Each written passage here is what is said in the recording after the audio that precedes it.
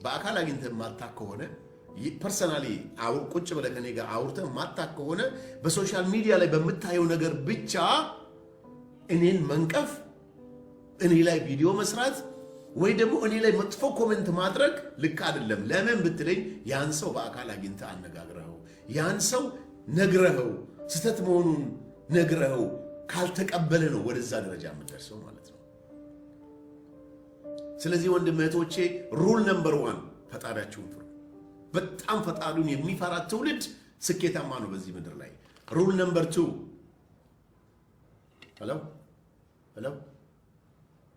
አቤት ወይም ሰላም ማለት ጀም እሺ Taganjra malati jemu please. Biya alanjra. Kuno sita sa anjra. Hello? So, ወንድም እህቶቼ ዲሲፕሊን ስርዓት ፈጣሪውን የሚፈራ የመጀመሪያው ለአምላክ መታዘዝ ቤተ ክርስቲያን መሄድ መስጊድ መሄድ ህይወትህን ከፍ ያደርገዋል። ተጠንቀቅ ወንድሜ እወቅ ይሄንን።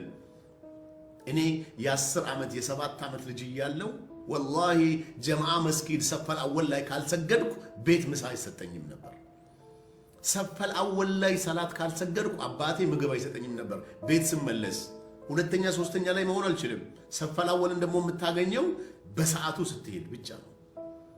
በእስልምና ውስጥ ያላችሁ ሰፈል አወል ምን እንደሆነ ታውቃላችሁ። እንግዲህ ስለ ማስተራብነት የሆነ ነገር በል ማስተራብነት በጣም የምንወደው የምናከብረው ወንድማችን ነው። ማስመሰል የሌለበት ሰው ነውና ፈጣሪ ካለ ሕክምና ለሚያስፈልገው ነገር እኔም እንደማንኛውም ሰው በጎኑ ለመቆም ዝግጁ ነኝ። ልናግዘው፣ ልንተባበረው፣ ልንደግፈው ይገባል። ምንም ጥያቄ የለውም። ኮሜንት አይቼ ነው ቪዲዮ መስራትም ካለብኝ ለማስተራበነት ለመስራት በጣም ዝግጁ ነኝ። በጣም የምወደው ወንድሜ ነው። አላህ ሰላም ያድርግህ። ሁሌም ዱዓ አድርግልሃለሁ። መልካምነትን ጥሩነትን ለዚህ ትውልድ እያስተማርክ ስለሆነ በጣም ትልቅ ሪስፔክት አለኝ ለአንተ። ኦኬ ወደ ፖይንቴ ልመለስ። ወንድመቶቼ የመጀመሪያው እናት አባት የመጀመሪያው ፈጣሪን መፍራት፣ ፈጣሪን ከመፍራት ውስጥ ደግሞ እናት አባትን ማክበር፣ ቤተሰቦችን ማክበር፣ ታላላቆችን ማክበር፣ ለትውልድ ያለህ ነገር በዛ ነው እየጨመረ የሚሄደው። መልካምነት፣ ጥሩነት፣ በጎነት ሁሌም በዚህ ምድር ላይ ምንም ፕራይስለስ ዋጋ የማትከፍልበት ነገር ግን ለህይወት ትልቅ አስተዋጽኦ ሊፈጥርልህ የሚችል ነገር ቢኖር መልካም መሆን ብቻ ነው። ስለዚህ መልካም ስንሆን፣ ደግ ስንሆን፣ ጥሩ ሰዎች ስንሆን ፈጣሪም ያግዘናል።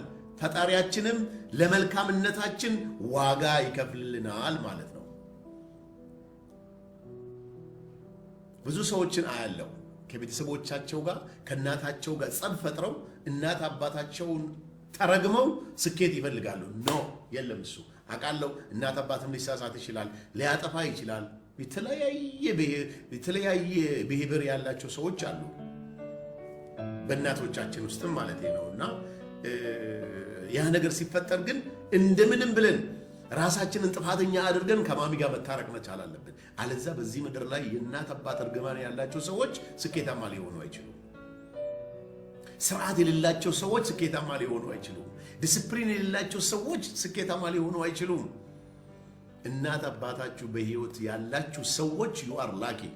በጣም እድለኛ ሰው ማለት እናት አባቱ በህይወት ያለ ሰው ማለት ነው። ደርሰህበታል። ዱዓ አስደርጋት፣ ጸሎት እንድታደርግልህ ንገራት።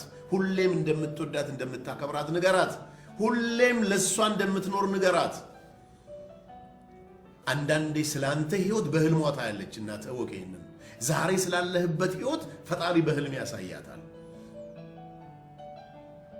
ይሄንን ነገር ደግሞ እኔ በህይወቴ በራሴ ላይ አይቼዋለሁ።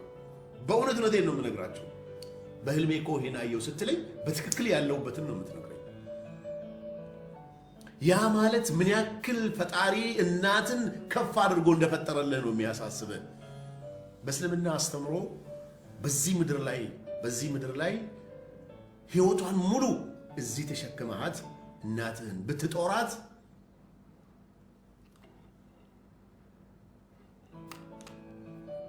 የሆነ ቀን እንግዲህ አስበው በዚህ ምድር በህይወት እያለች እዚህ ተሸክመ ብትጦራት ነው የተባልከው። እዚህ ላይ የምትሸከመው ቀንና ማታ ከአንተ ጋር ሆና ነው እሷ።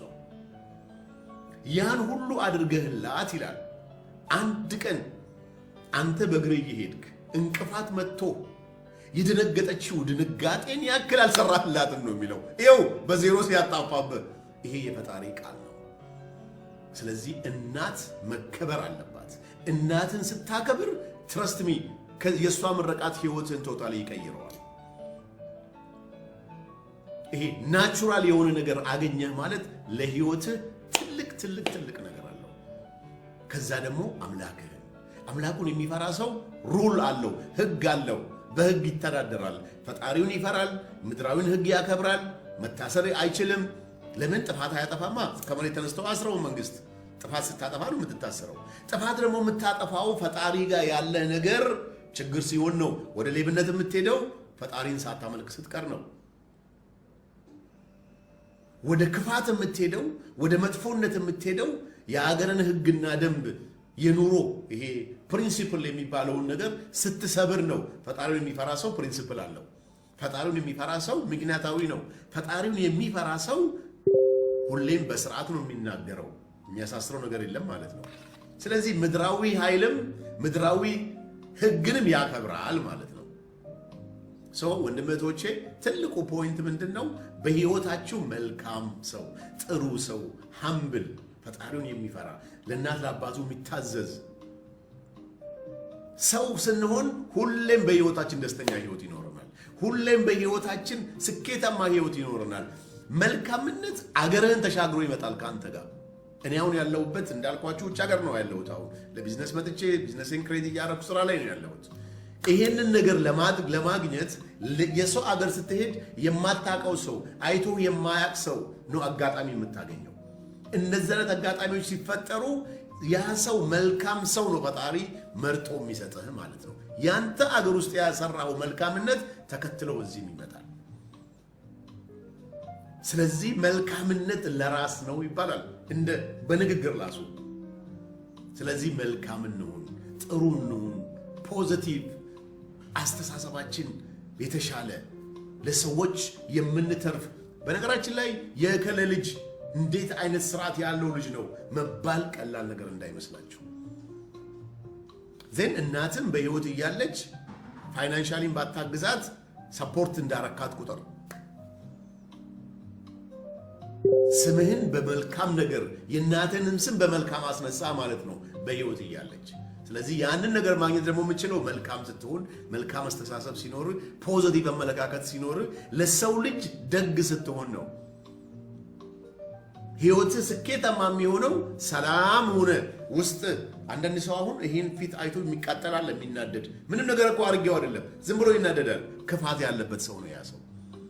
ያ ማለት ምንድነው? ሁሌ ባየ ቁጥር ስለሚናደድ የጨጓራ በሽተኛ ትሆናለህ ማለት ነው። እኔን አግኝተህ ምንም ልታረገኝ አትችልም፣ ግን ትናደዳለህ ዝም ብለህ።